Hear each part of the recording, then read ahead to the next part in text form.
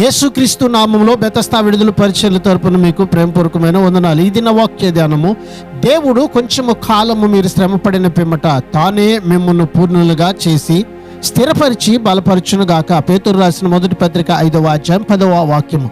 క్రీస్తుని వెంబడించే వారికి ముందు బాధలు, తరువాత మహిమ. ఇదే యేసుక్రీస్తు అనుభవించిన క్రమం. దేవుడు విశ్వాసులకు కూడా నియమించిన పద్ధతి ఇదే.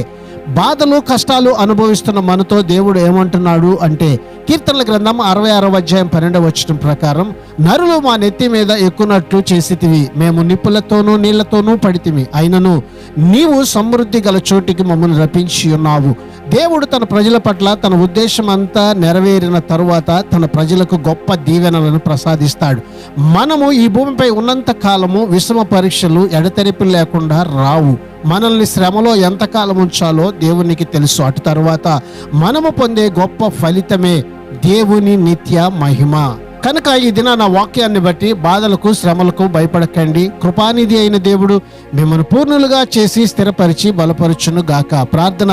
సర్వకృపానిధి యగు ప్రభువా, మరొక నూతన దినాన్ని మాకు ఇచ్చినందుకు మీకు వందనాలు, స్తోత్రాలు చెల్లిస్తూ, శ్రమల యందు ఓర్పు, విశ్వాసమందు స్థిరులమై నీ మహిమ ఎదుట నిలిచే భాగ్యాన్ని మాకు ప్రసాదించమని యేసు నామములో ప్రార్థిస్తూ అడిగి వేడుకుంటున్నాము తండ్రి. ఆమెన్.